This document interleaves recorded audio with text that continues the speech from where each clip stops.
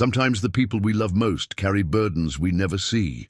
At 68, Lorraine Harper sits alone in the farmhouse where she raised her children, keeping a terrible secret that's slowly killing her. A wound on her foot has turned black and rotten.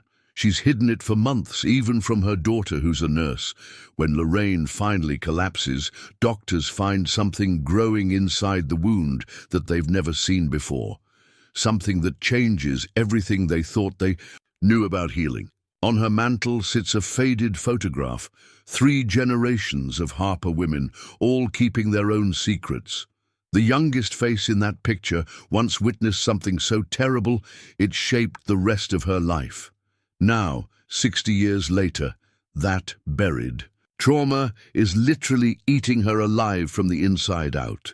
But what could possibly grow inside a human body that would stun experienced physicians? Before we jump back in, tell us where you're tuning in from. And if this story touches you, make sure you're subscribed, because tomorrow I've saved something extra special for you. The morning light filtered through the lace curtains of the kitchen window, casting delicate shadows across the worn linoleum floor where Lorraine Harper had walked for 43 years of marriage and 7 years of widowhood. She moved carefully, now favoring her left foot as she filled the old percolator with water from the well pump. The familiar ritual of making coffee had become a dance of accommodation around the growing pain that shot up her leg with each step. Outside, the Michigan countryside stretched in gentle rolls of farmland, dotted with red barns and silos that had weathered decades of harsh winters and humid summers. The Harper farm sat on 60 acres that had been in Robert's family since the 1920s, though most of it lay fallow now. Lorraine couldn't manage the physical demands of farming, and hiring help meant letting strangers onto the property, something she'd avoided since Robert's funeral. She settled into her favorite chair at the kitchen table, the same spot where she'd fed 3 children breakfast before school, where she'd balanced the farm's books during lean years, where she'd held Robert's hand during his final weeks when the cancer made eating impossible. The chair faced the window that looked out over what had once been Robert's vegetable garden, now reduced to a small patch she could manage herself. Tomatoes, green beans, and the herbs she'd learned to cultivate as a child. The herbs. Even now, the sight of them growing in neat rows made her stomach tighten with memories she'd spent a lifetime trying to forget. Comfrey for bruises, calendula for cuts, willow bark for pain. Innocent remedies her grandfather had taught her before she learned the darker applications of his knowledge. Before she understood that some wounds were meant to heal naturally, not be forced closed with methods that defied nature itself. Lorraine lifted her foot onto the opposite chair and began the daily ritual of unwrapping the layers of gauze and medical tape she kept hidden in a shoebox behind the flour canister. The smell hit her first. The sweet, sickly odor of infection mixed with something earthier, more organic, like soil after rain or leaves decomposing in autumn. She'd grown accustomed to it over the months, though it still made her gag when she first removed the outermost layer. The wound itself had started small, just a scrape from the garden fence that refused to heal properly. But instead of seeking medical attention, Lorraine had done what she'd been taught 60 years ago. She'd treated it with the old remedies, the ones her grandfather had sworn by. Poultices made from plants she grew herself, tinctures brewed in mason jars, and most importantly, the special soil he'd prepared in the root cellar beneath the farmhouse. That had been her first mistake. Now the wound stretched nearly 3 inches across her instep, the edges black and brittle as burnt paper. But it was what lay within that truly terrified her. Threads of what looked like roots, pale and fibrous, growing through the infected tissue. Sometimes she could swear she felt them moving, spreading deeper into her foot like tendrils seeking purchase in fertile ground. She applied the fresh bandages with practiced efficiency, wrapping the foot in layers that would hide the smell and disguise her limp. By the time she heard the familiar sound of Sarah's Honda Civic turning into the gravel driveway, Lorraine had disposed of the old dressings in a plastic bag, destined for the burn barrel out back. Sarah knocked twice before using her key, a courtesy that spoke to the respectful distance she maintained with her mother.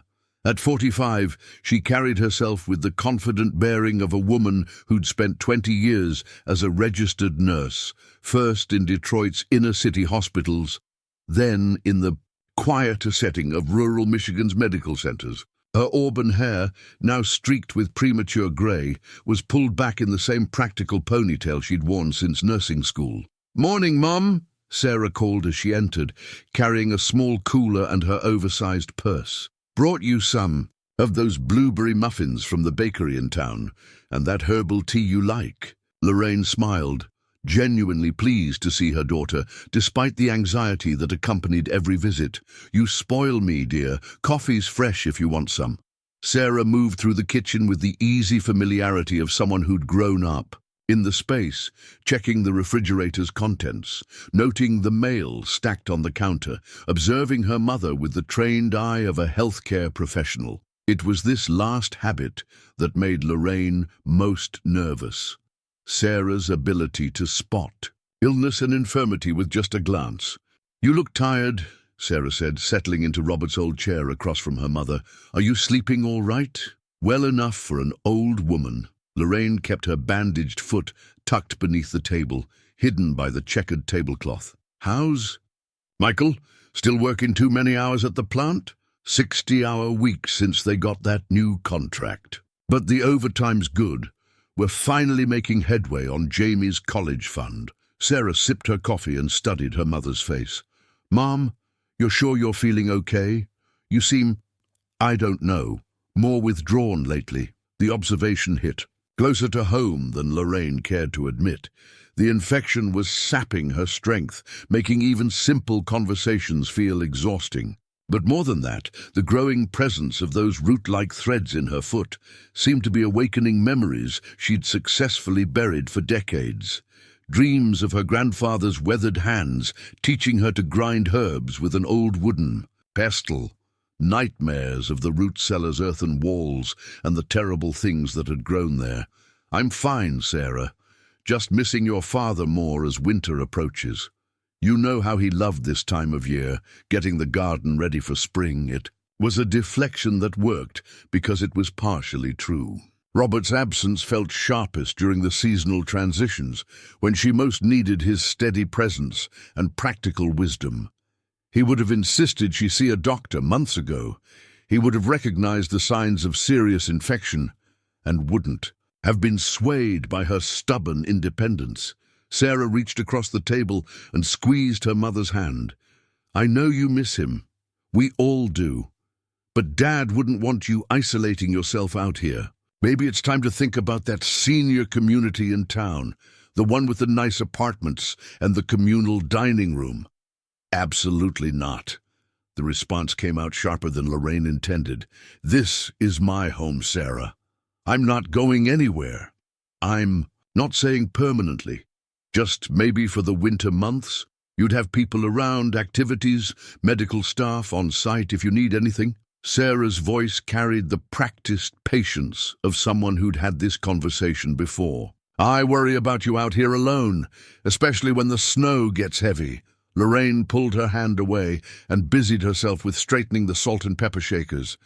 The movement sent a bolt of pain up her leg from the hidden wound, sharp enough to make her catch her breath. She covered it by clearing her throat and taking a sip of coffee. "I've managed alone for 7 years. I can manage a few more winters." But even as she said it, Lorraine wondered if it was true. The infection seemed to be spreading, the strange growth within the wound becoming more aggressive. Some mornings, she could barely stand long enough to make coffee. Other days, the fever made her dizzy and disoriented, and she found herself talking to Robert as if he were still sitting in his chair by the window. Sarah spent the next hour doing what she always did during these visits, checking expiration dates in the medicine cabinet, replacing light bulbs, testing the smoke detector batteries. Small acts of care that made Lorraine's chest tight with gratitude and guilt. If her daughter knew what was really wrong, if she could see the condition of that wound. "Mom, are you limping?" The question stopped Lorraine's heart. She'd been walking to the sink, forgetting to compensate for the pain in her eagerness to appear normal. Just a little stiffness, nothing that won't work itself out. Sarah's nursing instincts were fully engaged now. "Let me take a look. You might have pulled something working in the garden." "It's nothing, Sarah. Really." Lorraine moved toward the living room, hoping to end the conversation. "How about we look through those photo albums you brought last time? I never did finish telling you about your great-grandmother's wedding dress." But Sarah followed, her concern evident. "Mom, if you're injured, I need to know. I'm a nurse. Let me help." "I said it's nothing." The words came out louder than Lorraine intended, sharp, with the desperation of someone protecting a dangerous secret. The silence that followed felt heavy with unspoken questions. Sarah stared at her mother for a long moment, and Lorraine saw her own stubborn streak reflected in her daughter's eyes. "All right, but if it gets worse, you need to promise me you'll call." "Of course, dear." The lie came easily, practiced over months of deception. But as Sarah gathered her things to leave, promising to return the following Sunday, Lorraine felt the weight of her isolation settling over her like a shroud. She stood at the kitchen window, watching her daughter's car disappear down the gravel road, and for the first time in years, she felt truly alone. The farmhouse seemed to echo with emptiness as afternoon faded to evening. Lorraine prepared a simple dinner. Soup from a can, crackers she had to force herself to eat, and settled into Robert's chair with the television remote. But her attention kept drifting to the shoebox behind the flour canister, to the knowledge that tomorrow would bring another painful ritual of unwrapping and rewrapping the wound that was slowly consuming her foot. As darkness fell, she found herself looking at the old leather journal she kept hidden in Robert's desk drawer, her grandfather's journal, filled with his spidery handwriting and crude drawings of plants she'd hoped never to see again. She'd kept it all these years, unable to throw it away, but too frightened to read it completely. Tonight, for reasons she couldn't name, she felt drawn to its pages. The journal fell open to a passage about healing wounds with what he called living soil, earth enriched with organic matter that could accelerate the body's natural recovery processes. But Lorraine remembered the truth behind those euphemistic words. She remembered the root cellar and what her grandfather had used to create that special soil. She remembered the night she'd discovered his terrible secret and the choice she'd made that changed everything. The wound in her foot pulsed with renewed pain, and she could swear she felt those root-like growths reaching deeper into her flesh. Whatever her grandfather had started 60 years ago in that earthen chamber beneath the farmhouse, it seemed to be finishing its work now, claiming what it believed was owed. Lorraine closed the journal and returned it to its hiding place. Tomorrow, she would unwrap the bandages again and see how much further the infection had spread. Tomorrow, she would maintain the fiction that everything was fine, that she was just a lonely widow, managing as best she could. But deep in her heart, she knew that tomorrow might be the day she could no longer hide the truth. And when that moment came, she would have to face not only the medical crisis that was consuming her foot, but the 60-year-old secret that had been consuming her soul. The fever started on Thursday morning, 3 days before Sarah's next scheduled visit. Lorraine woke in Robert's chair, where she'd fallen asleep watching the late news, her nightgown soaked with perspiration and her left foot throbbing with a pain that seemed to pulse in rhythm with her heartbeat. When she tried to stand, the room tilted sickeningly, and she had to grip the chair's armrest to keep from falling. Something had changed during the night. The infection, which had been a manageable misery for months, now felt like a living thing, clawing its way through her body. Each step toward the kitchen sent lightning bolts of agony up her leg, and she could feel the fever burning behind her eyes like embers. At the kitchen sink, she splashed cold water on her face and tried to steady her breathing. Her reflection in the window glass showed a woman she barely recognized, hollow-cheeked, pale as winter sky, with the glassy stare of serious illness. The careful facade she'd maintained for Sarah's visits was crumbling as quickly as her health. Shin's ritual of changing the bandages had become a nightmare. When she peeled away the outer layers of gauze, the smell that rose from the wound made her retch. The black edges had spread another inch, and the pale root-like threads that grew through the infected tissue were no longer just visible. They were moving, tiny, almost imperceptible writhing motions that made her skin crawl with revulsion. But it was what she saw beneath those threads that made her cry out in horror. The wound had deepened overnight, creating a small cavity in her foot, and within that cavity something was growing. Something that looked disturbingly like a tiny plant, complete with what appeared to be miniature leaves unfurling from a central stem. Lorraine wrapped the foot quickly, her hands shaking so badly she could barely manage the medical tape. This was beyond anything her grandfather's journal had described, beyond any natural infection she'd ever heard of. The old remedies weren't healing the wound. They were feeding it, nurturing whatever impossible thing was taking root in her flesh. By Friday evening, she could no longer pretend that rest and homemade remedies would solve the crisis. The fever had climbed higher, bringing with it waves of nausea and periods of confusion, where she found herself talking to Robert as if he were sitting across from her at the kitchen table. Twice she'd caught herself in the garden at dawn, still in her nightgown, with no memory of going outside. Saturday brought no relief. Lorraine spent most of the day in bed, drifting in and out of fevered sleep, filled with dreams of earth and growing things, of her grandfather's weathered hands guiding hers as they planted seeds in soil that smelled of decay. In her lucid moments, she considered calling Sarah, but pride and fear held her back. How could she explain what was happening without revealing the truth about her grandfather's journal and the terrible knowledge it contained? Sunday morning arrived grey and cold, with the promise of winter in the wind that rattled the farmhouse. Windows. Lorraine managed to drag herself to the kitchen and start the coffee, determined to appear normal, when Sarah arrived for her weekly visit. But as she stood at the sink filling the percolator, a wave of dizziness struck her with such force that she had to grip the counter to stay upright. The blood-stained bandage she'd applied the night before was already soaked through, creating a dark stain on her sock that she hadn't noticed until now. The sight of it, the visible proof of how badly she was failing to contain the crisis, sent a jolt of panic through her chest. Sarah's knock came at exactly 10 o'clock, as reliable as sunrise. "Morning, Mom," Lorraine called back from the kitchen, hoping her voice sounded stronger than she felt. "Come in, dear. Coffee's almost ready." But when Sarah entered the kitchen, her professional instincts kicked in immediately. Her mother was gripping the counter with white knuckles, her face flushed with fever, her breathing shallow and rapid. "Mom, you look terrible.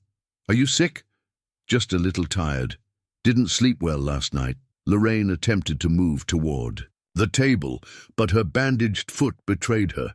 The pain was so intense that she couldn't help but gasp and stumble. "That's not tiredness." Sarah was at her side instantly, one hand on her mother's forehead, the other checking her pulse. "You're burning up, and you're definitely favoring that foot." "Sarah, please, I'm fine. Just help me to my chair and—" "You're not fine." Sarah's voice carried the authority of someone accustomed to life and death decisions. "You need medical attention. Now." Lorraine tried to protest, but another wave of dizziness made her sway dangerously.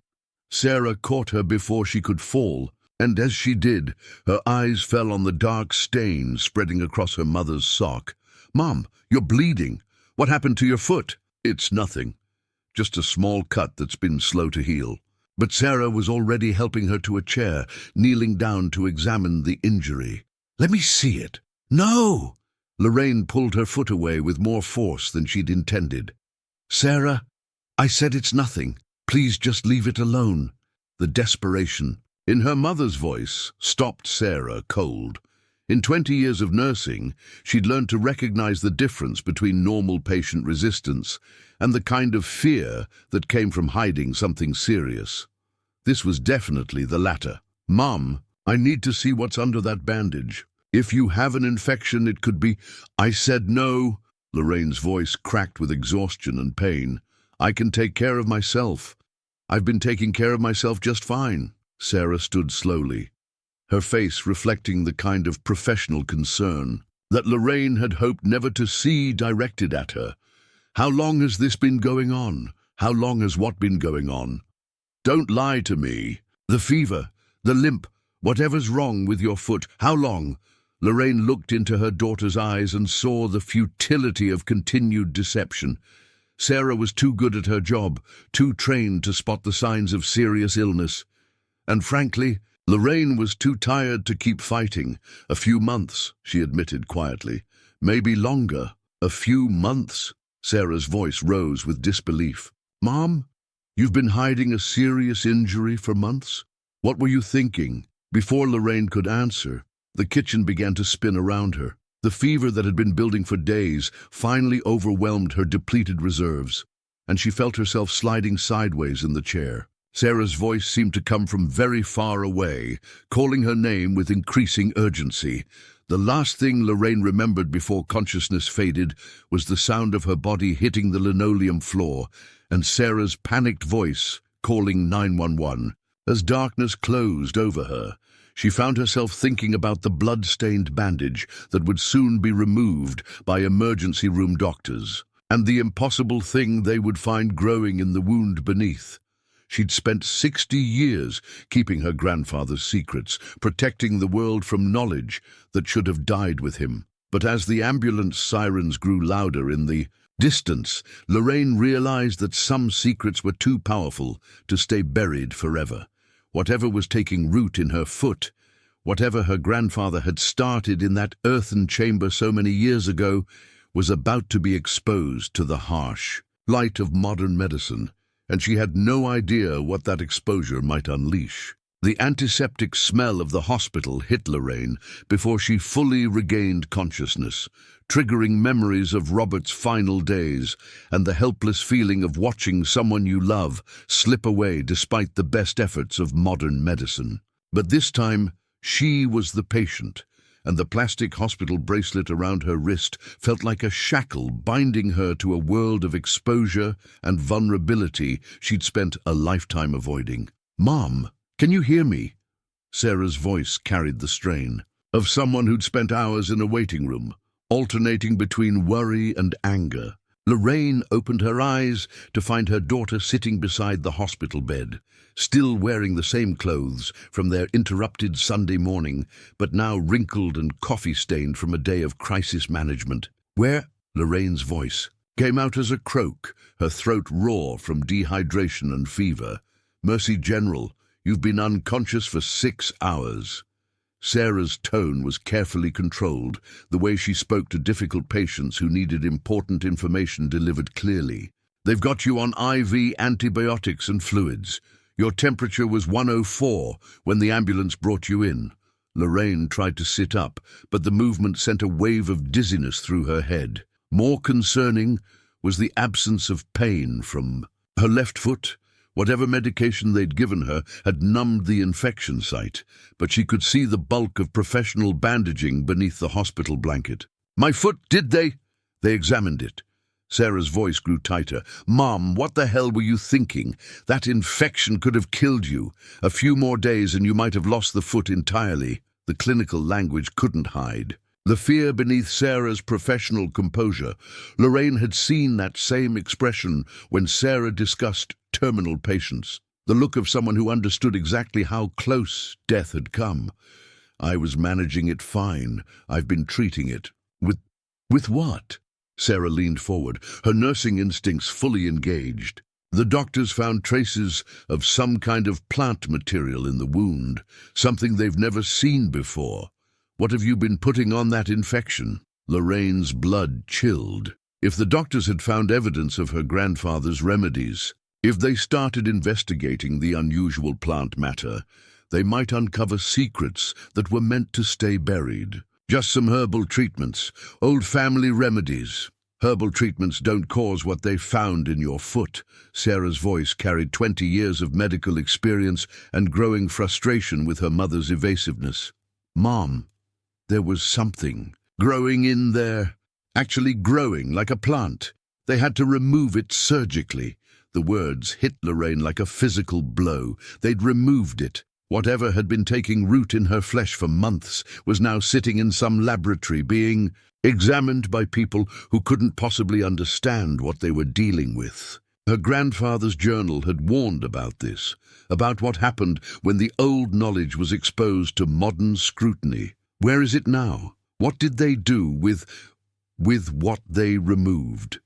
Sarah studied her mother's face with the sharp attention she usually reserved for patients showing signs of confusion or delirium. They sent samples to the lab for analysis.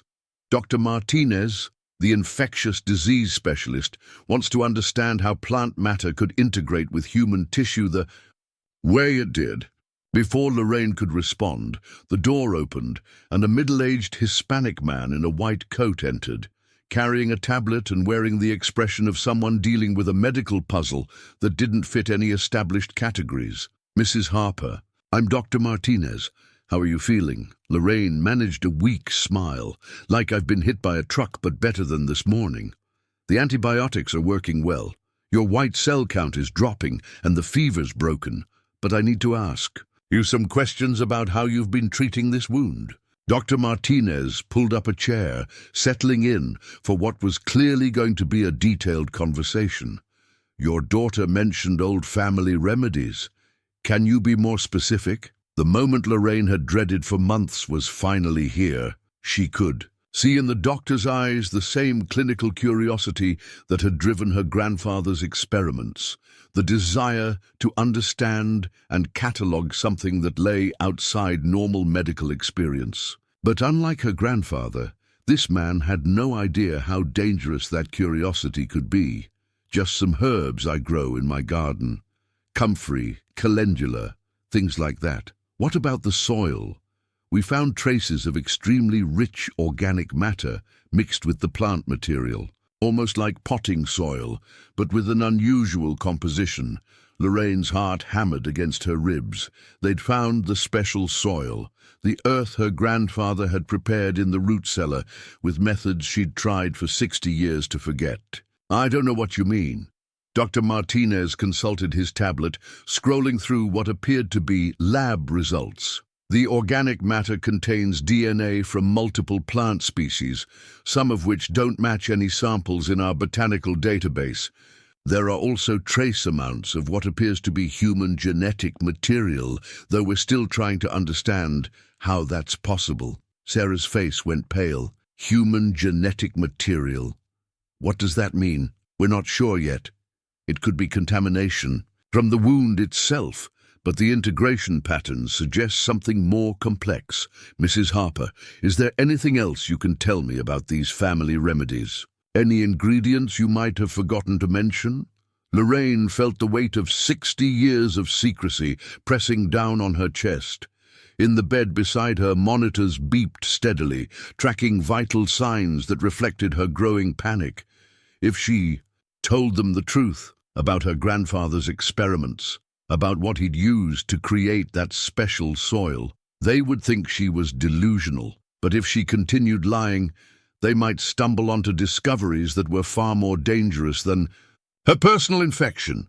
I'm very tired, she said finally. Could we continue this conversation tomorrow? Dr. Martinez nodded, though his expression suggested he wasn't entirely satisfied with her answers. Of course. Rest is important for recovery. But Mrs. Harper, I want you to understand. What we found in your wound is medically unprecedented. If there are other people in your family who might have been exposed to similar treatments, we need to know. After the doctor left, Sarah remained in her chair, staring at her mother with a mixture of concern and suspicion that made Lorraine's chest tight with guilt. The plastic hospital bracelet felt heavier now, a constant reminder that she was no longer in control of her own medical care or her secrets. Mom, there's something you're not telling me. Sarah, please, I'm exhausted. No, this is important. The doctor said there was human DNA in that wound. That's not something that happens with normal herbal treatments. Sarah leaned closer, her voice dropping to the tone she used for serious medical discussions. Where did you get the soil you were using? Lorraine closed her eyes, but behind her lids she could see her grandfather's root cellar, smell the rich earth that had been fertilized with things that should never have been used for growing. She could hear his voice explaining how the old ways were better than modern medicine, how plants could be taught to heal by feeding them properly. From the garden, she whispered, just regular soil from the garden. But as she spoke the lie, Lorraine knew that the truth was already starting to unravel. The hospital bracelet around her wrist wasn't just identification, it was evidence that she was now part of a medical system that would keep digging until they understood exactly what they'd found in her foot. And when that happened, 60 years of carefully buried secrets would finally come to light. That night, as Lorraine drifted in and out of medicated sleep, the smell of the hospital disinfectant triggered memories she'd spent decades suppressing. In her dreams, she was 8 years old again, standing in her grandfather's kitchen while he ground herbs with an old wooden pestle, the rhythmic crushing sound mixing with his low, gravelly voice as he explained the ancient art of healing. Plants are like people, Lorraine, he'd said, his gnarled hands guiding her small fingers around the pestle's smooth handle. They need the right food to grow strong, and sometimes the best food comes from things that have already lived and died. Even as a child, something about his words had made her uncomfortable, though she couldn't articulate why. Now, 60 years later, she understood with horrible clarity what he'd meant. The memory dissolved as a nurse entered to check her vitals, but the wooden pestle remained vivid in her mind, the artifact that had introduced her to knowledge she wished she'd never learned. Her grandfather had carved it himself from oak that grew in the woods behind the farmhouse, and he'd used it to prepare remedies that worked far better than anything the local doctor could provide. Too well, she now realized, unnaturally well. By morning, Dr. Martinez had returned with a tablet full of lab results and the kind of focused intensity that Lorraine recognized from her grandfather's face when he was pursuing a particularly interesting medical puzzle. The plant matter we removed from your foot is remarkable, he began, settling into the visitor's chair while Sarah took notes with the methodical attention of a professional. It shows characteristics of at least 4 different species, but they've somehow been integrated at the cellular level. It's almost as if someone found a way to create hybrid plants that don't exist in nature. Lorraine kept her expression carefully neutral, but her heart was racing. Her grandfather's journal was filled with exactly those kinds of experiments, his attempts to create what he called cooperative plants that could work together to accelerate healing. The problem was his methods for encouraging that cooperation. But what's really fascinating, Dr. Martinez continued, is the root system we found. The organizational structure suggests an intelligence that's completely unprecedented in plant biology. These weren't random growths. They were developing in patterns that seemed designed to interface with human nervous tissue. Sarah looked up from her notes, her face pale. Interface how? We're not entirely sure yet, but the root fibers we examined appeared to be following nerve pathways, almost as if they were mapping your mother's neurological system. The doctor turned to Lorraine with the kind of intense curiosity that made her skin crawl.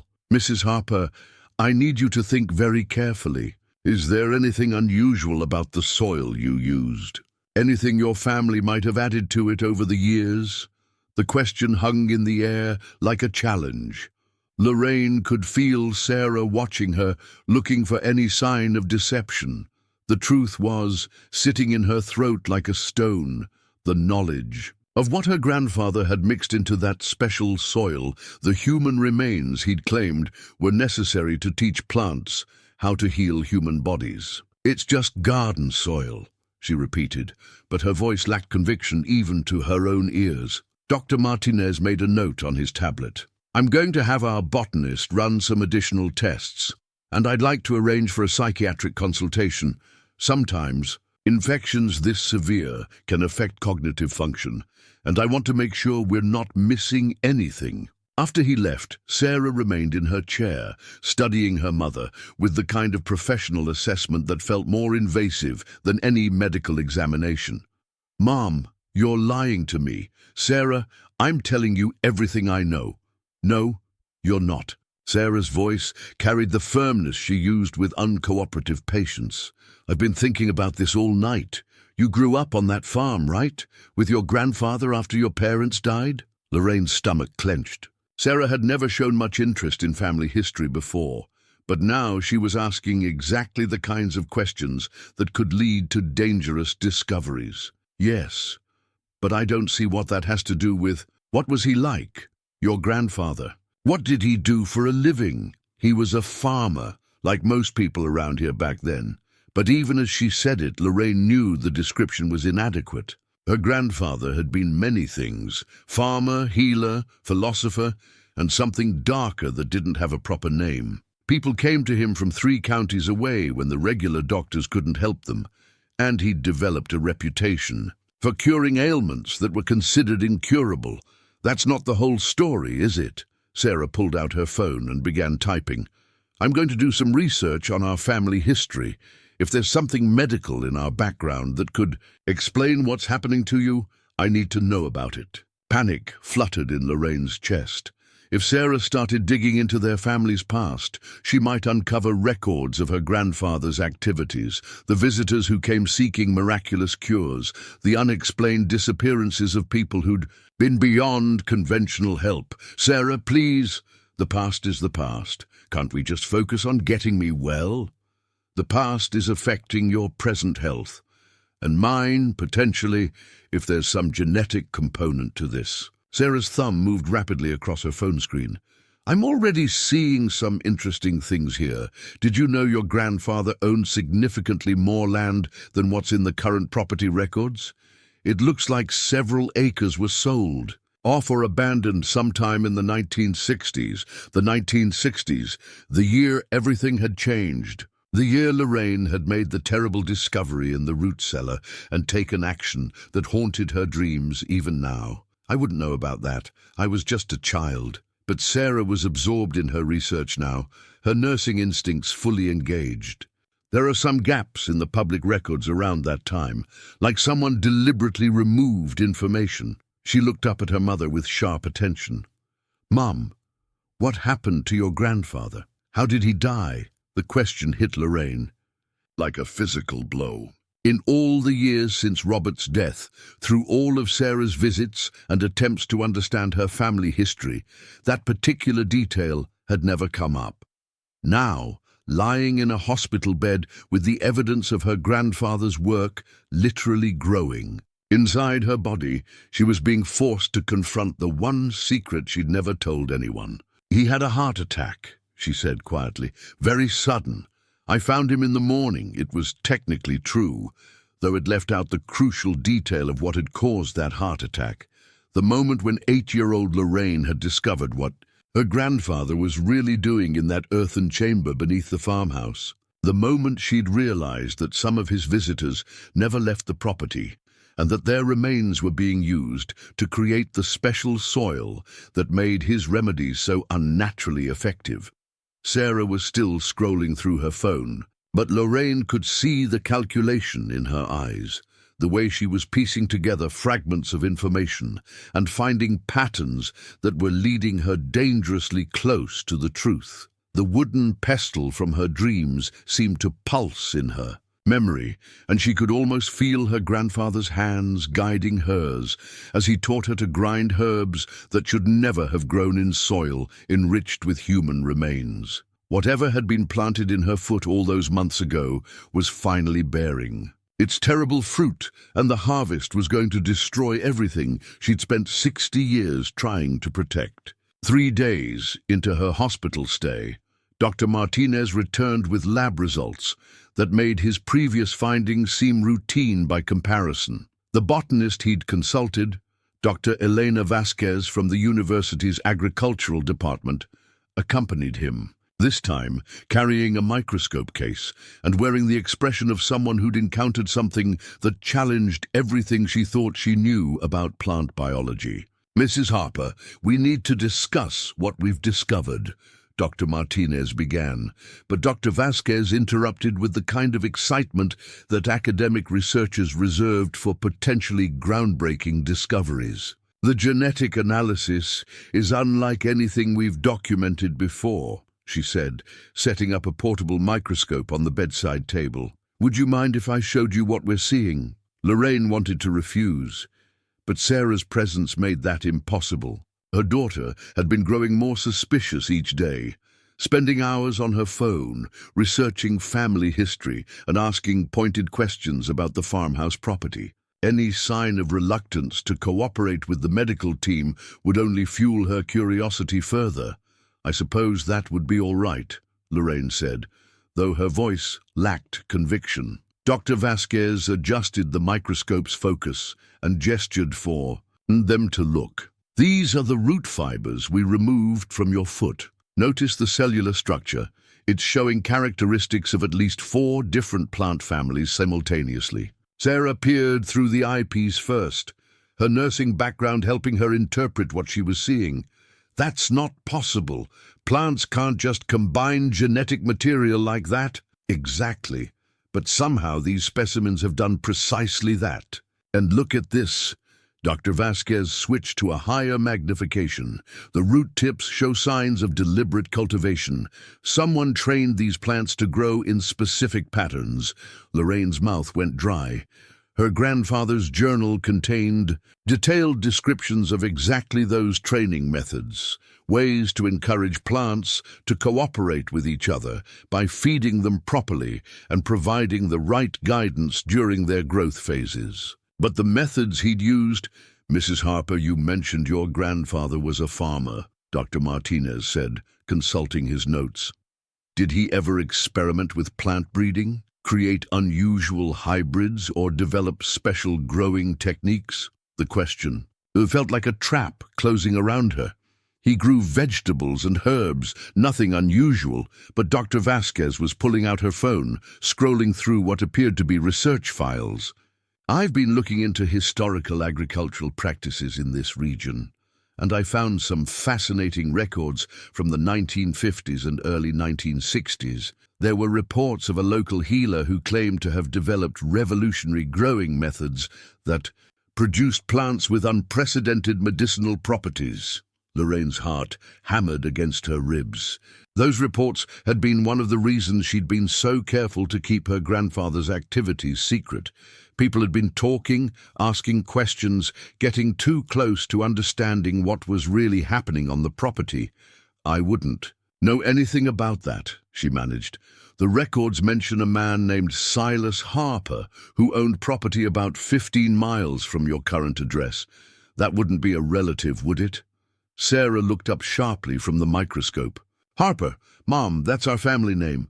Was Silas your grandfather?" Lorraine felt the walls of the hospital room closing in around her.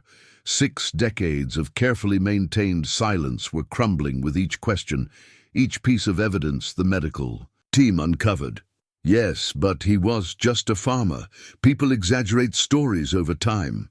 Dr. Vasquez was clearly not satisfied with that explanation. "The reports describe some remarkable healing outcomes. Patients with conditions that were considered terminal making complete recoveries after treatment with his specially cultivated plants." She paused, studying Lorraine's face with academic intensity. "There are also some concerning mentions of unusual growing conditions, references to soil that had been enriched in ways that weren't clearly specified.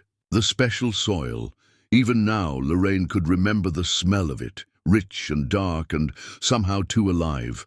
Earth that her grandfather had prepared in the root cellar beneath the farmhouse, using methods that had given her nightmares for decades. "Dr. Vasquez," Sarah said slowly, "are you suggesting that my great-grandfather was involved in some kind of medical experimentation?" "I'm suggesting that the plant matter we found in your mother's foot shows signs of genetic modification that predates modern biotechnology by several decades. Someone figured out how to create hybrid plants using techniques that we're only beginning to understand today. Dr. Martinez leaned forward, his medical instincts engaged. Mrs. Harper, is it possible that some of your grandfather's research materials still exist?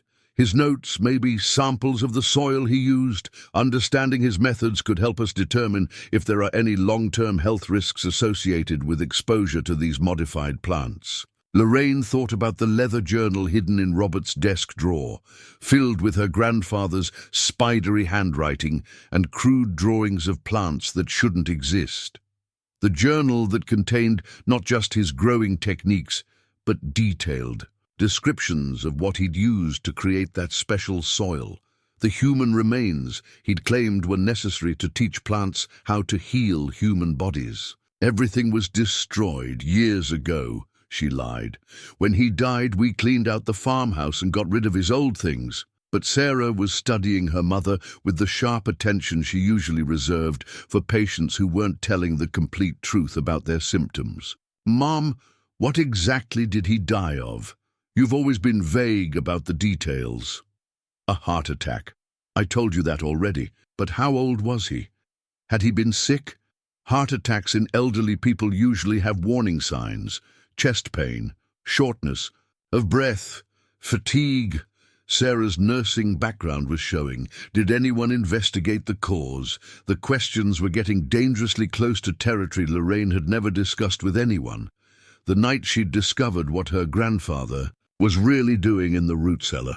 The horror of finding a local man she'd recognized, someone who'd come seeking a cure for his consumption, partially buried in soil that was already showing the early signs of plant growth. He was in his 70s.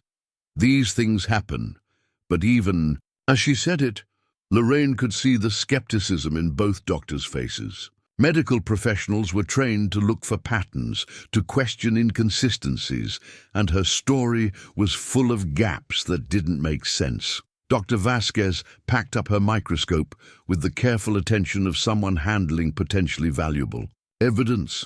Mrs. Harper, I'm going to recommend that we arrange for a soil analysis of your property.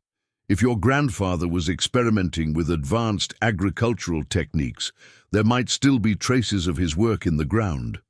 The suggestion hit Lorraine like a physical blow. If they started digging around the farmhouse property, if they found the remains of the root cellar where her grandfather had conducted his experiments, that won't be necessary, she said quickly. The property has been farmed for decades since then. Anything unusual would have been tilled under long ago, but Dr. Martinez was already making notes on his tablet. Actually, certain soil modifications can persist for quite a long time, especially if they involved organic enrichment. And given the unprecedented nature of what we found in your foot, any additional evidence could be crucial for understanding potential health risks. As the doctors left to continue their consultations, Lorraine felt the weight of 60 years of secrecy pressing down on her chest. The soil sample they were planning to collect would be just the beginning. Once they started investigating the property, they would inevitably find traces of what her grandfather had buried beneath the farmhouse, evidence of experiments that had crossed lines no medical researcher should ever cross. And when that happened, the truth about what 8-year-old Lorraine had done to stop those experiments would finally come to light. That evening, as Lorraine lay in the narrow hospital bed, listening to the sounds of late-shift activity in the hallway, she found herself thinking about a drawing she'd hidden away 60 years ago, a crude picture she'd made as a child, showing what she'd called Grandpa's garden. At the time, it had seemed like an innocent way to process the confusing things she'd witnessed in the root cellar. Now she realized it was evidence of trauma that should have been recognized and addressed decades ago. Sarah had gone home to shower and check on her own family, but she'd promised to return first thing in the morning with more questions about their family history. The way she'd said it, with the determined tone of someone who intended to get answers, made Lorraine's chest tight with anxiety. Sleep, when it finally came, brought dreams that felt more like memories. She was 8 years old again, standing at the top of the wooden stairs that led down to the root cellar, clutching a rag doll her grandfather had given her for her birthday. The air below smelled of earth and growing things, but underneath those, familiar scents was something else, something sweet and cloying that made her stomach turn. "Lorraine," her grandfather's voice called from the darkness below. "Come down here, child. I want to show you something special." She'd gone down those stairs dozens of times before, helping him check on the herbs he stored in the cool, dark space beneath the farmhouse. But that night was different. That night she saw what he'd really been doing with the people who came seeking miraculous cures. In the dream, as in the actual memory, she watched her grandfather kneeling beside a shallow pit filled with rich, dark soil. But it wasn't soil alone. She could see the outline of a human form beneath the earth, and from that form, delicate green shoots were already beginning to emerge. "You see, little one," her grandfather had said, his weathered hands gesturing toward the growing plants. "This is how we teach them to heal.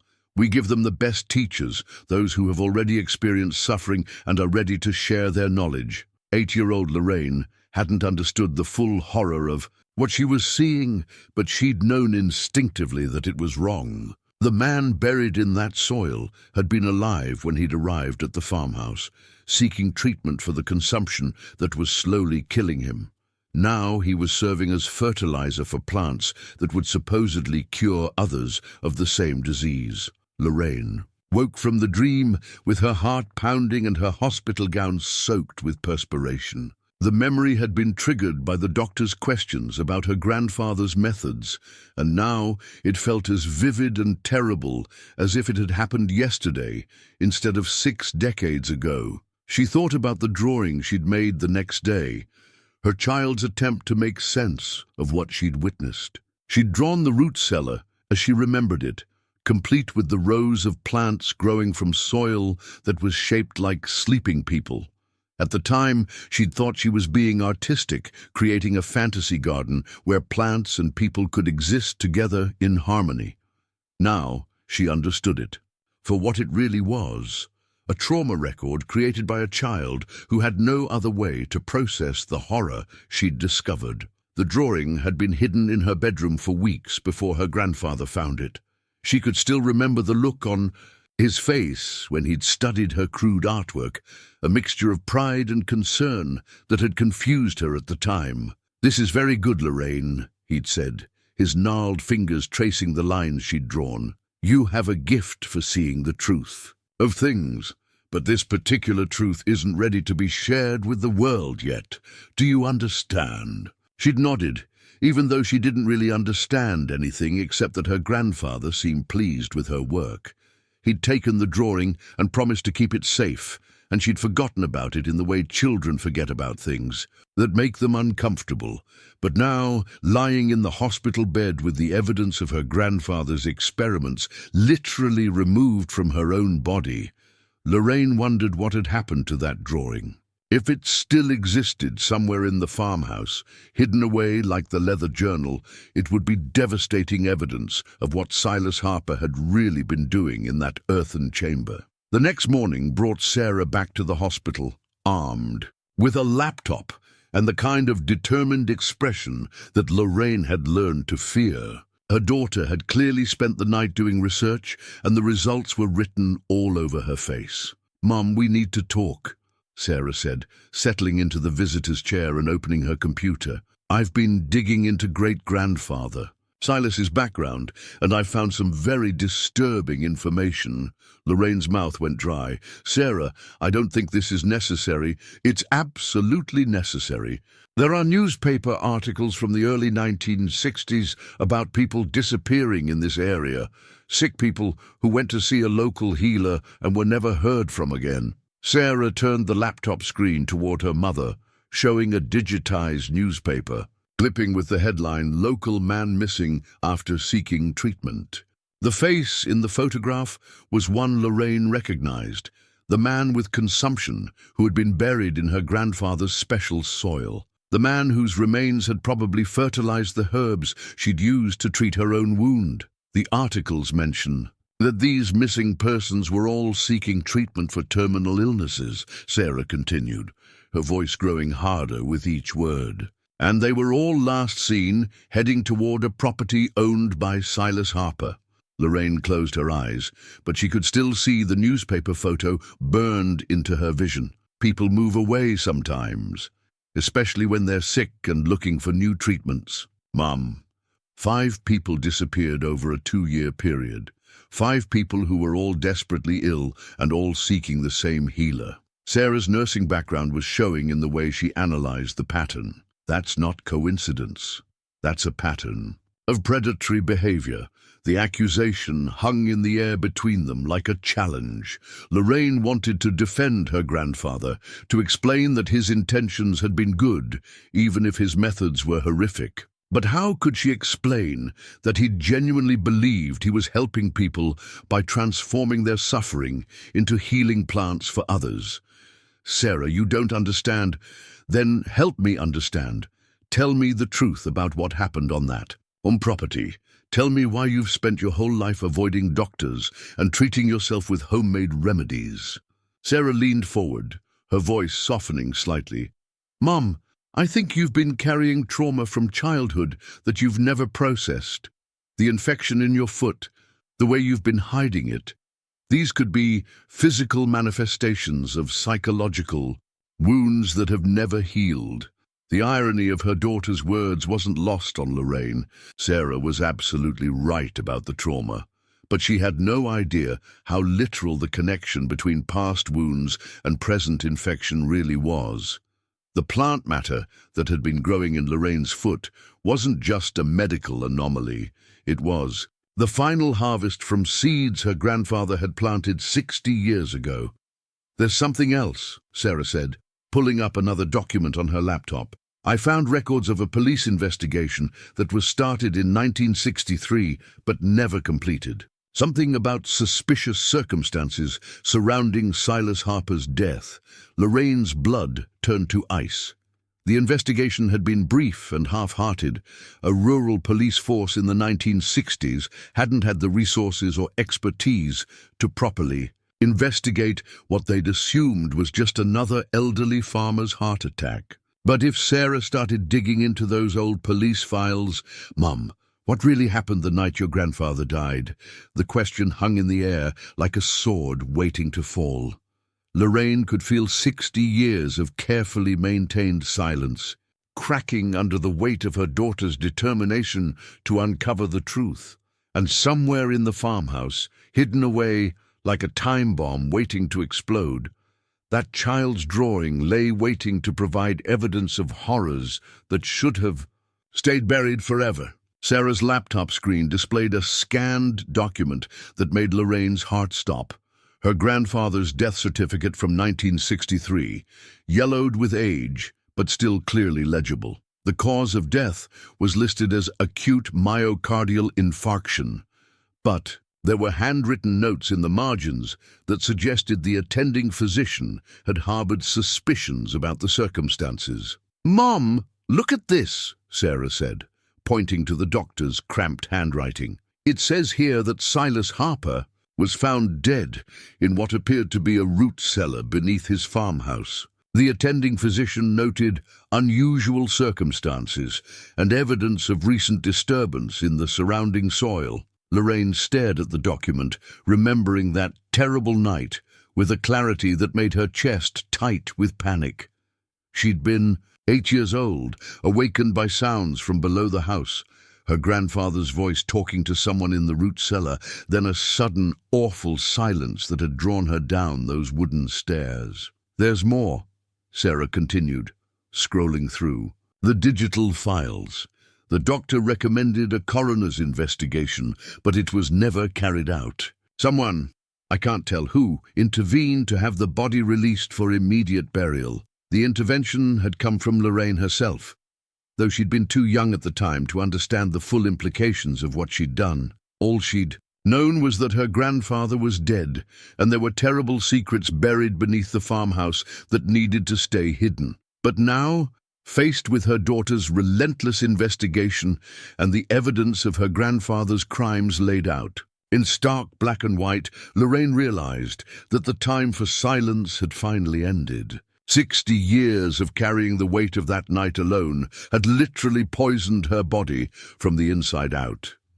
The infection in her foot wasn't just a medical anomaly, it was her grandfather's final experiment, activated by guilt and trauma that had festered for decades. "Sarah," she said quietly, "I need to tell you something. Something I should have told someone a long time ago." Her daughter looked up from the laptop, sensing the shift in her mother's voice. "Mom, your great-grandfather didn't die of natural causes."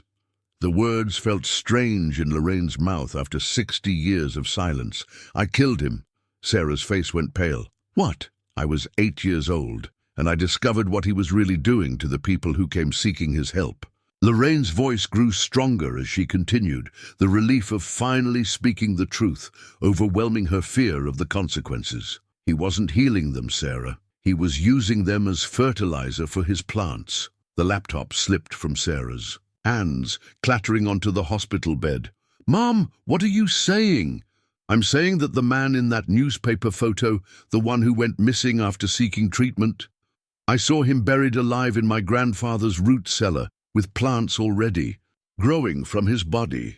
Lorraine could see the horror dawning in her daughter's eyes, but she pressed on. "There were others too, people who came desperate for cures and ended up becoming part of my grandfather's experiments." Sarah's nursing background kicked in, and she reached for her mother's hand, checking her pulse with professional instincts. "Mum, you're having some kind of reaction to the medication. People don't bury other people alive to grow plants. That's not possible." "It's not only possible, it's exactly what your great-grandfather was doing. And it worked, Sarah. His plants could cure diseases that modern medicine couldn't touch because they'd been taught how to heal by the people who'd suffered from those same diseases." Lorraine pulled her hand away and forced herself to sit up straighter in the hospital bed.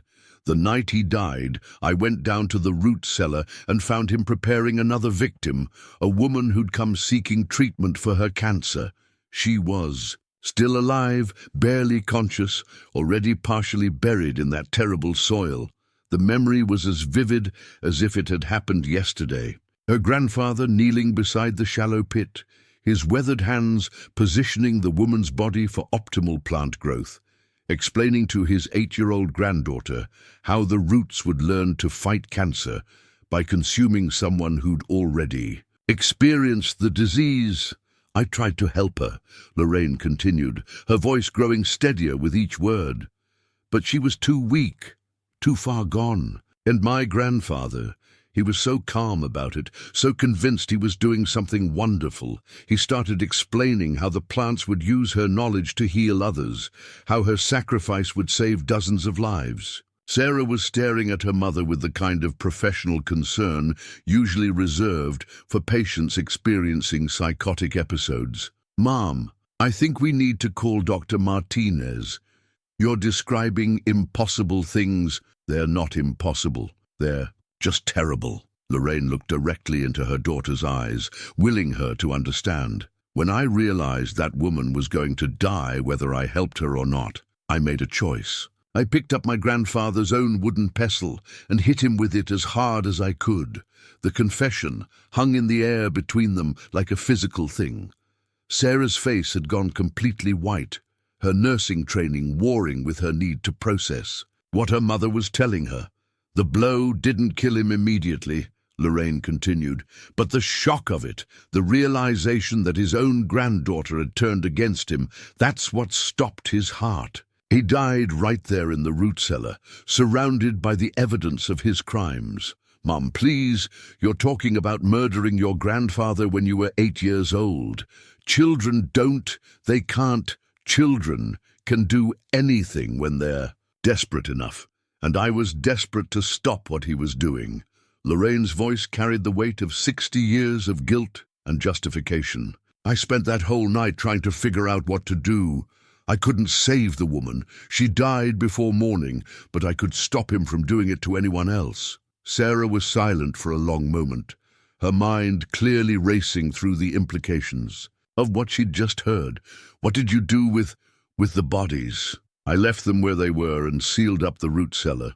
Told people I'd found my grandfather dead of a heart attack in his bedroom. The local doctor was overworked and didn't ask too many questions, especially when I started crying and carrying on like a traumatized child. Because you were a traumatized child.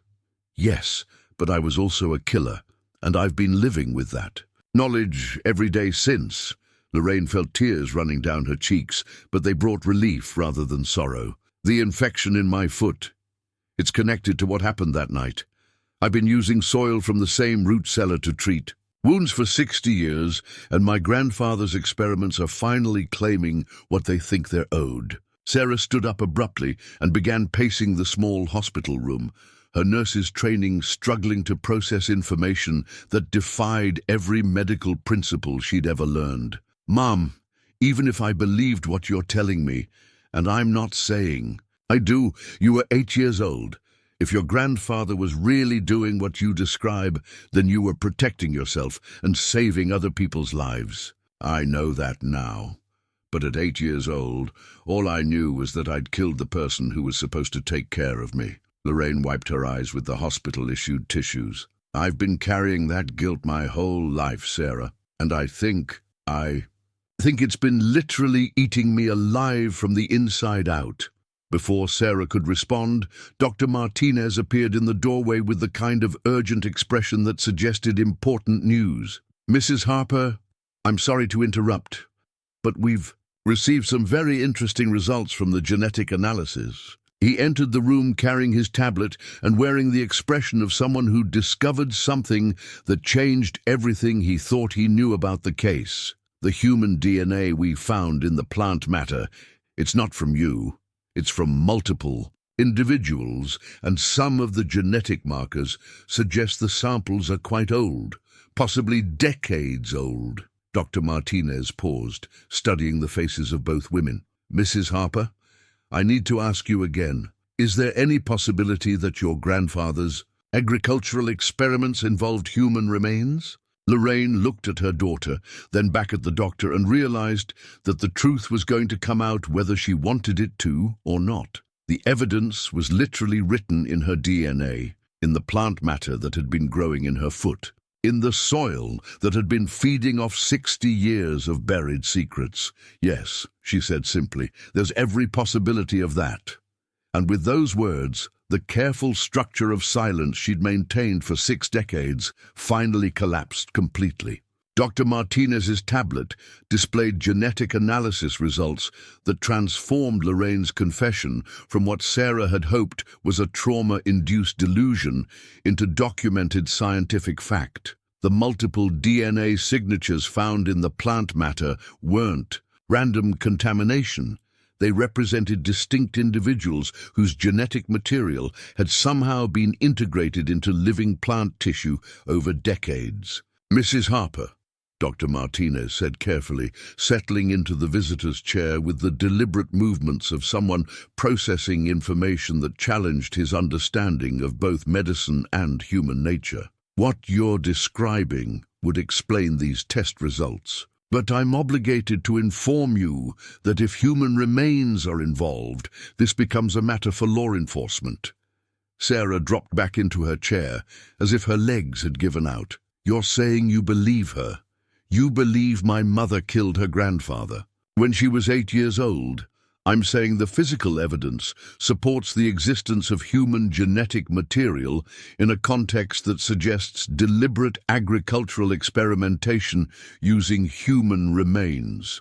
Dr. Martinez chose his words with the precision of someone who understood that every sentence would likely be repeated in legal proceedings. The age of some of these genetic markers corresponds with the time frame your mother has described. Lorraine felt a strange mixture of vindication and terror.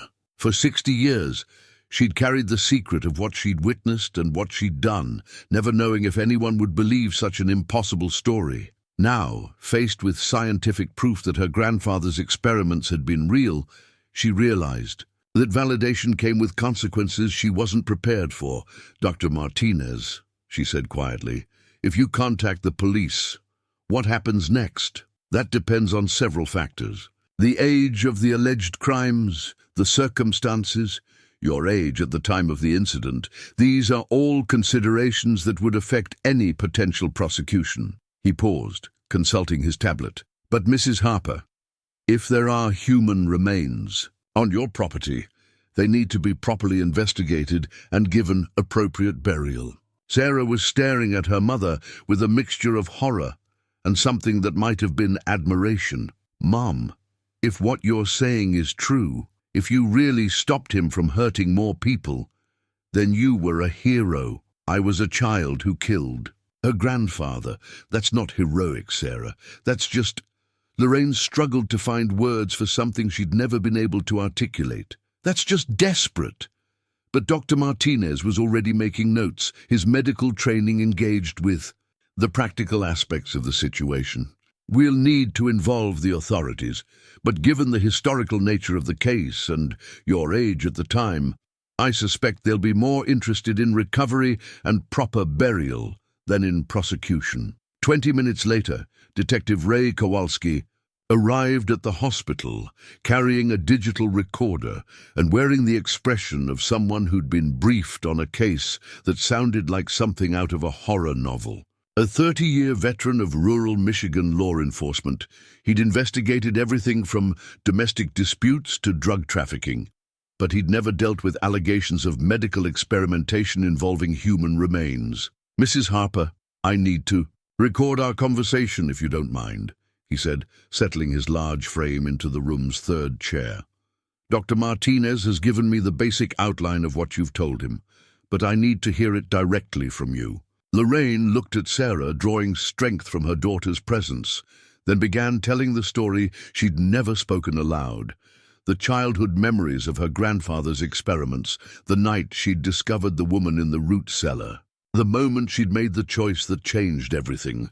Detective Kowalski listened without interruption, occasionally making notes, but mostly just letting her talk. When she finished, he was quiet for a long moment, studying her face with the kind of professional assessment cops developed after decades of distinguishing between truth and deception. Mrs. Harper, I've been doing this job for 30 years, and I can usually tell when someone's lying to me. You're not lying. He consulted his own notes. The question is what we do about it now. What do you mean? Well, legally speaking, you were 8 years old at the time of your grandfather's death. Even if we could prove you caused it, which would be difficult after 60 years, no prosecutor would pursue charges against someone who was protecting themselves and others from what amounts to serial murder. Sarah leaned forward. So my mother isn't in legal trouble, not for defending herself against a man who was killing people. No, but we do have a problem with the potential human remains on the property. Detective Kowalski looked directly at Lorraine. If those bodies are still there, we need to recover them properly. These people have families who never got closure, never knew what happened to their loved ones. The weight of that responsibility settled on Lorraine's shoulders like a physical thing. She'd spent 60 years thinking about her own guilt and trauma, but she'd never fully considered the families who'd spent decades wondering what had happened to their missing relatives. The root cellar was sealed up after that night, she said. I told everyone it was unsafe, had it covered over with concrete. But underneath, there might be evidence that could solve several missing persons cases and give families the answers they've been waiting for. Detective Kowalski stood up, checking his watch. Mrs. Harper, I'm going to need to get a search warrant for your property. Is there anything else you think we should know before we start digging? Lorraine thought about her grandfather's journal, still hidden in Robert's desk drawer, filled with detailed descriptions of his experiments and the locations where he'd buried his victims. She thought about the child's drawing she'd made, which might still be hidden somewhere in the farmhouse, a trauma record that could serve as evidence of what she'd witnessed. There might be other evidence in the house, she admitted. My grandfather kept detailed records of his work, and I made a drawing as a child that shows what I saw in the root cellar. Detective Kowalski nodded, making another note. We'll need to search the house thoroughly, Mrs. Harper, I want you to understand, once we start this process, it's going to attract attention.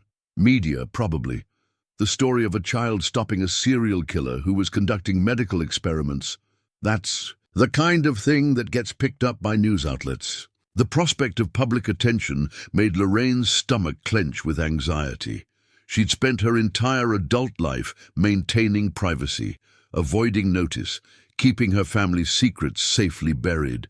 The idea of becoming the subject of news stories and public speculation was almost worse than the thought of legal prosecution. Is there any way to keep this quiet? Sarah asked, reading the fear in her mother's face. For a while, maybe. But once we start excavating human remains, word gets out, I'll do my best to control the information flow, but I can't make any promises. Detective Kowalski gathered his notes and recorder. Mrs. Harper, you should know what you did that night probably saved lives. Those missing persons reports suggest your grandfather was escalating his activities. If you hadn't stopped him when you did, there might have been many more victims. After the detective left to begin the process of obtaining search warrants, Lorraine found herself alone with Sarah for the first time since making her confession. Her daughter sat quietly for several minutes, clearly processing the revelation that her family history included both serial murder and an act of heroism by a desperate child. Mom, I need to ask you something, Sarah said finally. All these years, the way you've avoided doctors, treated yourself with homemade remedies, been so private about everything, was that because you were afraid of what people might discover? Partly, but also because I knew the soil I was using came from that place, and I was terrified that someday something like this would happen. Lorraine gestured toward her bandaged foot. I think I always knew my grandfather's experiments weren't really finished. That someday they would claim what they thought they were owed. Sarah was quiet for another long moment, then reached over and took her mother's hand. I'm proud of you. For what? For killing someone? For keeping it secret all these years? For being brave enough to stop a monster when you were just a little girl, and for being brave enough to tell the truth now, even though you knew it would cost you your privacy. Sarah squeezed her mother's fingers gently. Mom, you've been carrying this alone for 60 years. You don't have to carry it alone anymore. As evening fell over the hospital, Lorraine found herself thinking about the search that would begin tomorrow on her property. Teams of investigators would descend on the farmhouse she'd called home for 7 decades, digging up the root cellar she'd sealed away as a child, uncovering evidence of her grandfather's crimes and her own desperate act of violence. The police report from 1963 that Sarah had found online would finally be completed, 60 years late, but better than never. The missing persons cases would be solved. Families would get the closure they'd been seeking for decades, and the truth about Silas Harper's medical experiments would be exposed to scientific scrutiny. But more than that, the infection that had been literally eating her alive would finally be understood for what it really was, the final experiment of a man who'd believed that human suffering could be transformed into healing through the alchemy of soil and root and growing things. Tomorrow, the carefully maintained silence of 6 decades would be broken forever, and Lorraine would have to face not just the consequences of her childhood actions, but the responsibility of helping families find peace with truths that were almost too terrible to believe. The excavation of the Harper property began at dawn on a grey October morning, with Detective Kowalski's team setting up equipment in the side yard where Lorraine had indicated the root cellar lay buried. Sarah had driven her mother home from the hospital against medical advice.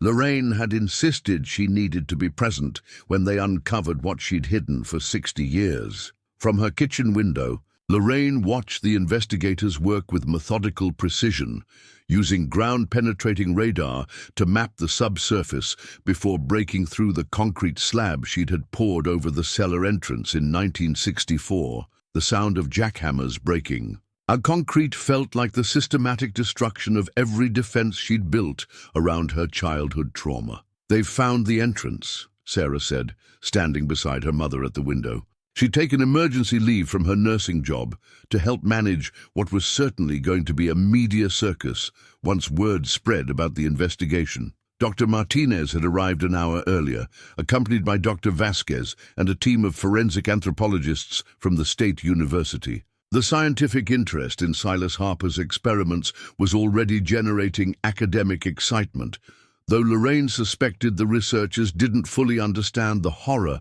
of what they were about to uncover. Detective Kowalski approached the house, his face grim but determined. "Mrs. Harper, we've located the cellar and we're ready to go inside. I want you to know, you don't have to be here for this part. What we find down there isn't going to be pleasant." Lorraine straightened her shoulders, drawing on reserves of strength she'd thought were depleted. "I've been living with what's down there for 60 years, Detective. I think I can handle seeing it in the daylight." The wooden stairs leading down to the root cellar had partially rotted away, requiring the investigation team to use ladders to reach the earthen floor below. Lorraine descended carefully, supported by Sarah and Detective Kowalski, her bandaged foot making the climb treacherous, but not impossible. The smell hit her first. Not the fresh scent of decomposition, but something earthier and more complex. 60 years of sealed darkness had transformed the cellar into something that felt more like an archaeological site than a crime scene. The air was thick and still, heavy with the accumulated weight of decades. Emergency lighting revealed what Lorraine had both dreaded and expected to see. The shallow pits where her grandfather had buried his victims were still visible as depressions in the earth, but they were now filled with plant growth unlike anything the botanists had ever documented. Root systems had spread throughout the cellar floor, creating a network of interconnected growth that pulsed with an almost organic rhythm. "This is impossible," Dr. Vasquez whispered, kneeling beside one of the larger root masses.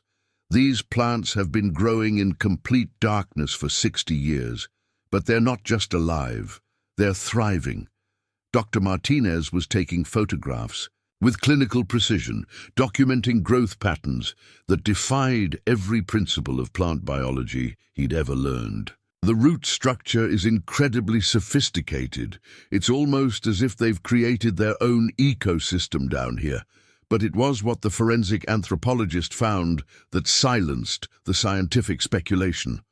Dr. Rebecca Stone, a specialist in historical crime scenes, had begun carefully excavating one of the planting areas when her brush encountered something that made her stop working entirely. "Detective Kowalski," she called quietly, "you need to see this." The object she'd uncovered was small and delicate. A woman's locket, tarnished with age, but still recognizable as jewelry. Attached to the locket was a fine chain that disappeared deeper into the root mass, suggesting that the body it had once adorned was still present somewhere within the plant growth. "That belonged to Margaret Henley," Lorraine said quietly, recognizing the piece immediately. "She came seeking treatment for her cancer in the winter of 1962. She was the last person my grandfather, the last one before I stopped him." Detective Kowalski handled the locket with careful reverence, understanding that he was holding evidence that would finally solve a missing persons case that had haunted Margaret Henley's family for 6 decades. "Mrs. Harper, this is exactly the kind of evidence that's going to bring closure to people who have been waiting for answers their whole lives." Dr. Stone continued her excavation, working with the methodical care of someone who understood that they were not just uncovering evidence, but recovering human beings who deserved dignified treatment. The root systems had grown through and around the remains, creating a complex interweaving of plant and human tissue that would require specialized techniques to separate. "How many victims do you estimate?" Dr. Martinez asked, consulting the missing persons reports that Detective Kowalski had compiled. "Based on the newspaper articles and police files, probably 5 or 6 people over a 2-year period," the detective replied. "All terminally ill, all desperate enough to try experimental treatments that promised miraculous cures."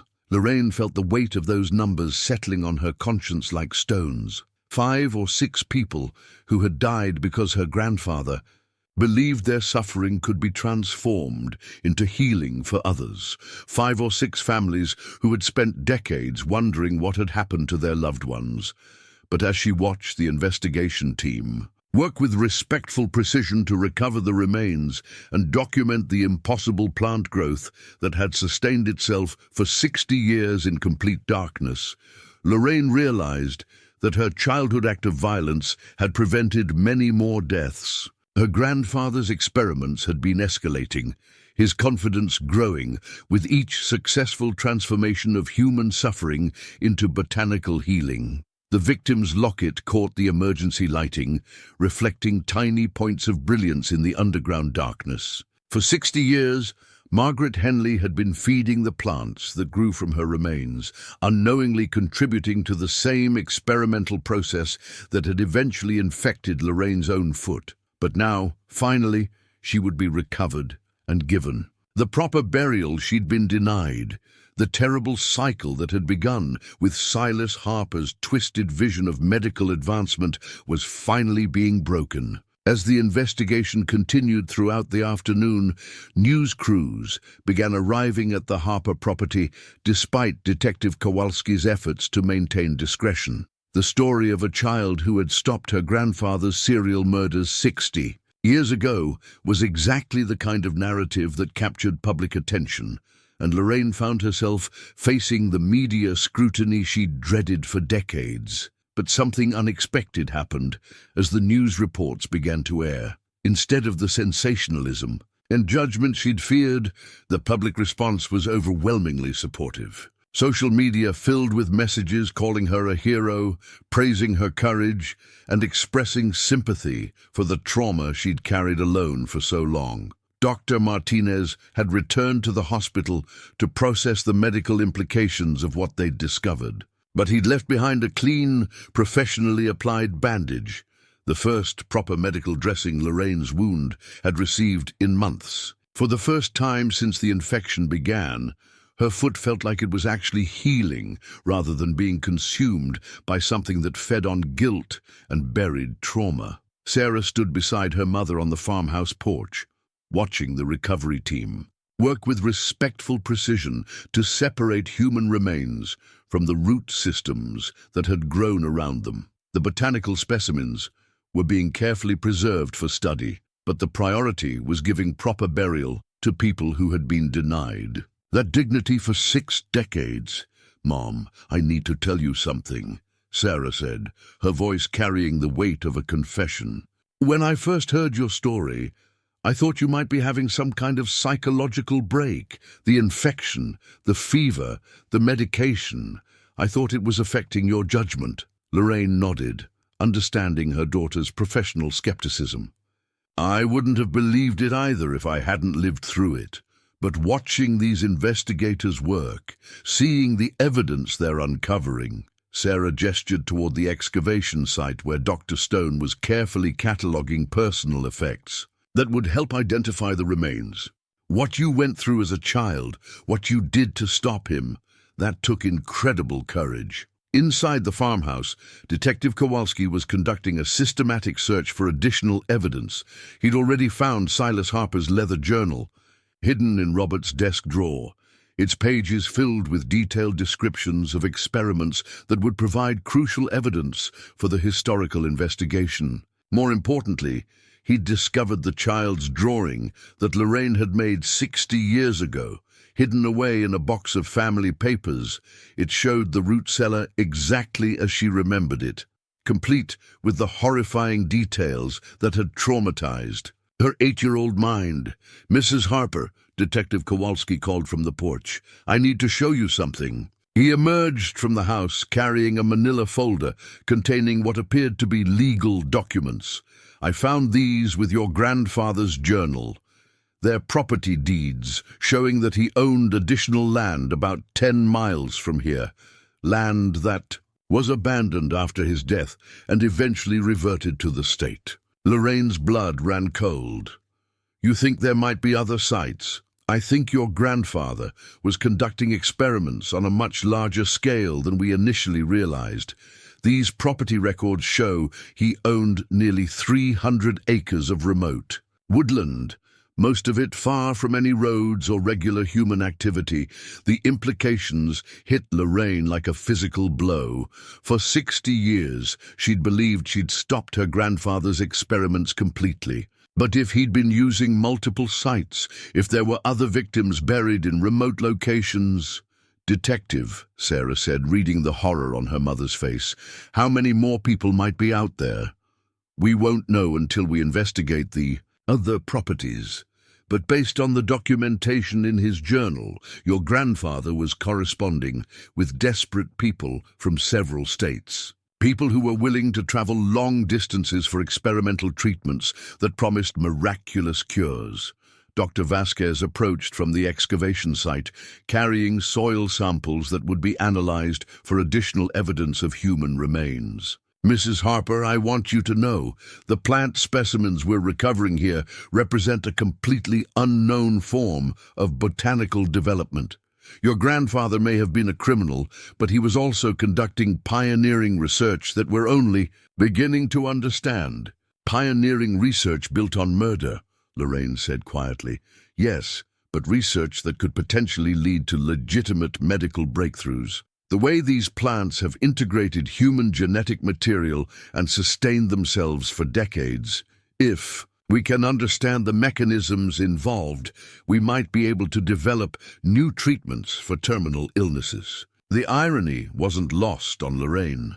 Her grandfather's twisted vision of transforming human suffering into healing might actually lead to genuine medical advances, but through legitimate scientific research, rather than the horror of using living people as experimental subjects. As evening approached, the investigation team began the careful process of removing the recovered remains from the root cellar. Each set of bones was treated with the dignity and respect that had been denied to these people in life, wrapped carefully for transport to the medical examiner's office where they would be properly identified and eventually returned to their families for burial. Lorraine watched the procession with tears streaming down her face, not tears of guilt this time, but tears of relief. For 60 years, these people had been trapped in her grandfather's underground laboratory, their remains feeding experiments that should never have been conducted. Now, finally, they were being freed. The new bandage on her foot felt different from anything she'd applied herself over the past months. Clean, professional, designed to promote healing rather than hide ongoing infection.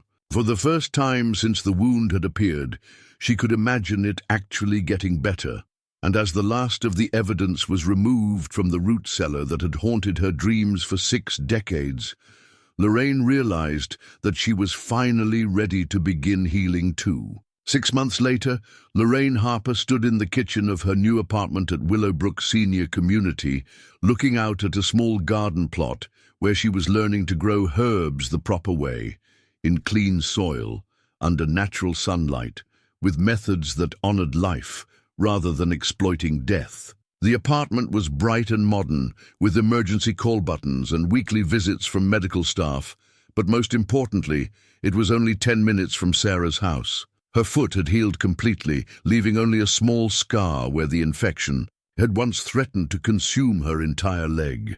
Dr. Martinez had documented the case for medical journals, describing it as an unprecedented example of how psychological trauma could manifest as physical illness. The plant matter that had been growing in her wound had been completely expelled once she'd finally told the truth about her grandfather's experiments. As if her body had been waiting 60 years for permission to heal, the investigative team had eventually discovered remains at 3 of Silas Harper's former properties, bringing the total number of confirmed victims to 14 people who had disappeared between 1960 and 1963. Each family had been contacted, each set of remains properly identified and returned for burial. The closure had been painful, but necessary, truth that allowed healing to begin after decades of uncertainty. Lorraine's story had attracted national attention, but the media coverage had been surprisingly respectful, instead of sensationalizing the horror of her grandfather's crimes. Most reports focused on her courage as a child and her decision to finally come forward. She'd received thousands of letters from people who understood the burden of carrying family secrets, from survivors of childhood trauma, from families who'd been searching for missing relatives. The farmhouse had been sold to the state university, which planned to use it as a research center for studying the botanical specimens recovered from the root cellar. Dr. Vasquez's team had made remarkable discoveries about how plants could be induced to integrate genetic material from other species, research that was already showing promise for developing new treatments for genetic diseases. Silas Harper's twisted experiments were being transformed into legitimate scientific advancement, healing emerging from horror, just as he'd envisioned, but through ethical research rather than murder. Sarah knocked twice before using her key, the same courtesy she'd always shown, but now it felt like respect rather than distant politeness. Their relationship had been transformed by the revelation of Lorraine's childhood trauma and her 6-decade journey toward healing. They talked regularly now about everything from family history to current events, the wall of secrecy that had separated them finally torn down. "How's the therapy going?" Sarah asked, settling into the chair across from her mother's small dining table. "Better than I expected," Lorraine admitted. Dr. Jennifer Walsh, the trauma specialist she'd been seeing weekly, had helped her understand that killing her grandfather hadn't been murder. It had been a desperate act of self-defense by a child who was protecting herself and saving other lives. The guilt that had poisoned her emotional and physical health for 60 years was slowly being replaced by something she'd never experienced before: pride in her own courage. The support group is helping too. There are other people there who've carried terrible secrets for decades, survivors of abuse, witnesses to crimes, people who made impossible choices when they were children. Lorraine sipped her tea, looking out at the small garden where she was relearning the art of growing things. "It helps to know I'm not alone in carrying that kind of burden." Sarah pulled out her phone and showed her mother a news article she'd saved. The Henley family held a memorial service for Margaret last week. Her daughter, she's in her 70s now, said finally knowing what happened to her mother gave her peace she'd been seeking her whole life. The knowledge that her confession had brought closure to families who'd been searching for answers for decades was perhaps the most healing aspect of the entire experience. Lorraine had spent 60 years focused on her own guilt and trauma, but learning about the families who'd been helped by the truth had reframed her understanding of what her grandfather's experiments had really cost. Margaret, Henley's locket, the artifact that had provided crucial evidence for identifying the remains, was now in a display case at the local historical society, part of an exhibit about the importance of speaking truth about family secrets and seeking help for trauma. Other families had donated photographs and personal items belonging to the victims, creating a memorial that honored their lives rather than focusing on the circumstances of their deaths. "I have something for you," Sarah said, pulling a small, wrapped package from her purse. "It's not much, but I thought you might like it." Inside the wrapping was a simple silver key ring holding 2 keys, one to Sarah's house, one to her car. "I want you to know that you're always welcome at our place, any time, day or night. And if you ever want to go anywhere, doctor's appointments, shopping, visiting friends, you don't have to wait for scheduled visits." The keys felt substantial in Lorraine's palm, symbols of connection and independence, rather than the isolation that had defined her life for so long. For 60 years, she'd been afraid to ask for help, terrified that seeking medical attention or emotional support would expose the terrible secret she carried. Now, surrounded by a community of people who cared about her well-being, she was learning that asking for help was a sign of strength rather than weakness. "There's something else," Sarah continued. "I've been thinking about writing a book about our family's story, not exploiting it, but sharing it in a way that might help other people who are carrying similar burdens. Would you be willing to help with that? Lorraine considered the proposal carefully.